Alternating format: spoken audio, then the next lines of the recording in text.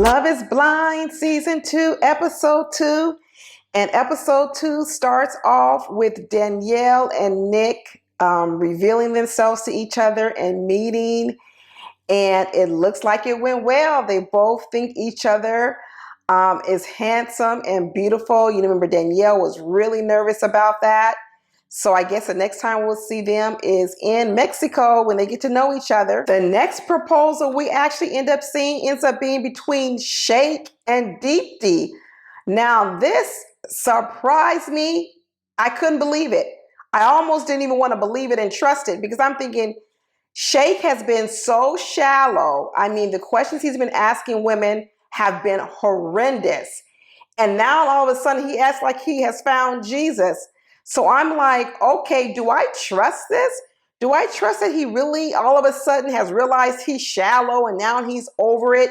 He starts explaining all this. Maybe it comes from his childhood when he used to be chunky and somehow or another he started putting so much emphasis on looks because he was chunky. I don't know. It started to sound really convoluted and I really wasn't trusting it. But Deepti, he calls her Deep. I mean, she's really into him. And I guess, their culture, their Indian culture has bonded them. And he's now ready to lose his old shallow ways. And, he's ready to propose to Deepti. And I'm like, oh my God, I am so nervous for her. I'm like, this fool, man, he's going to end up rejecting her. I'm like, I don't know. I just didn't trust it. And then when she revealed that she had lost 70 pounds, I thought for sure it was going to make him run for the hills. I was thinking, oh, no way. He's going to be so afraid of her having extra weight or gaining weight. He's not going to go through with this. But you know what? He surprised me. He sure did. He said he has strong feelings for her and he's never felt this way and, all these other wonderful things. And he ended up proposing to her. And then I was nervous again because I was like, well, what if he sees her and he doesn't think she's good looking? I don't know. I was so afraid for this girl. I just did not want him to hurt her feelings, break her heart or anything like that. So we actually got to see their reveal when they get to see each other. And you know what?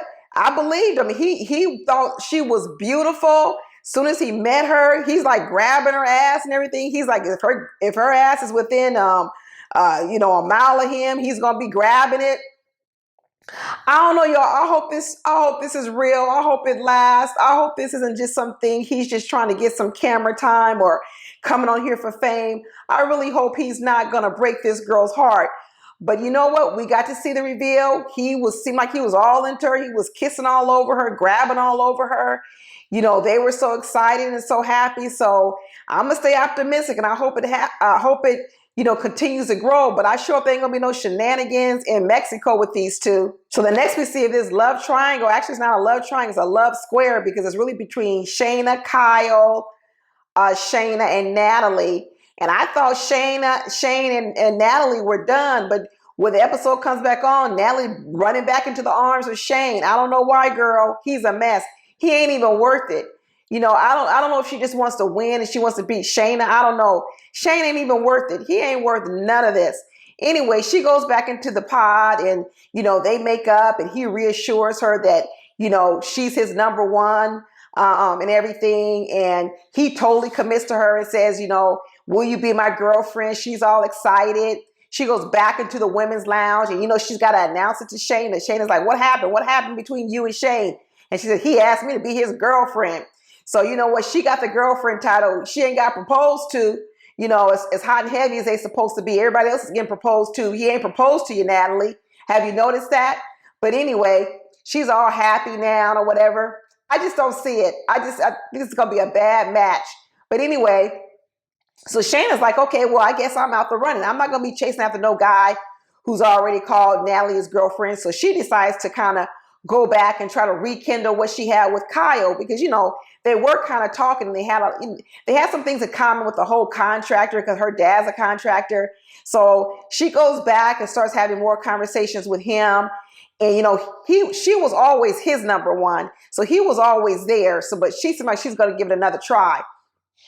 But they're talking. But as they start talking and getting more into things, They found out a big one. They find out that he's an atheist and she is a Christian.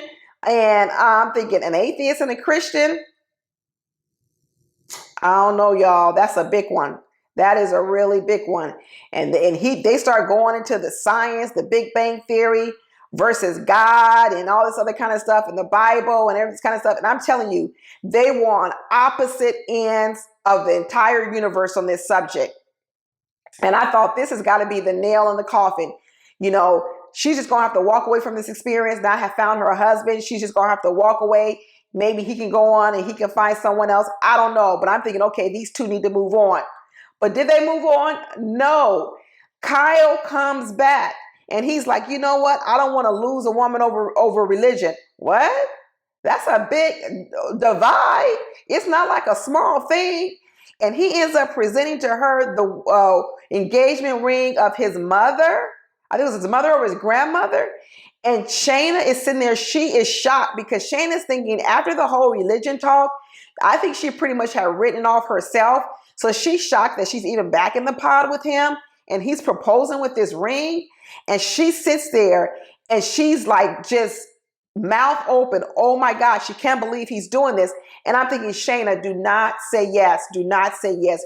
Girl, hold your moral ground, girl. Hold your moral ground. Jesus is about to roll over up in heaven looking down on this. This is not what he wants. And so, you know, she got the cross sitting on her neck and everything. And I'm thinking, okay, girl, grab that cross. Do not say yes. This is too big of a thing. This is too big of a thing. And you know what? She bows to the pressure and she says yes.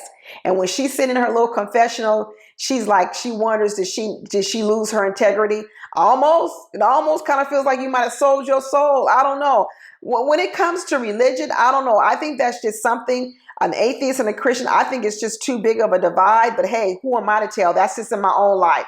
So she says yes to him, but you know, Shane doesn't know. So the episode ends with her about to tell Shane the fact that she's engaged to Kyle, which is crazy.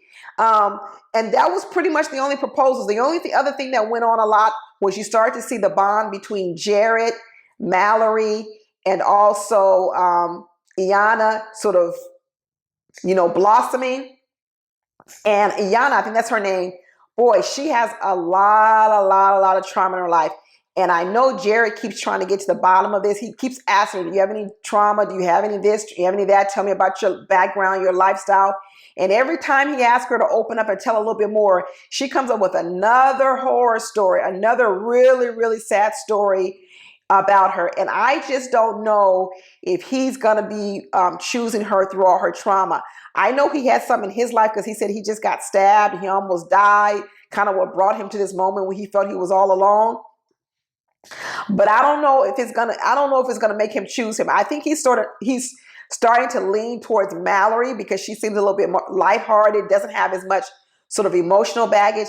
Even Iyanna was talking about, you know, she's still triggered by it, even certain moments. And I think it's sad. I really do think it's sad.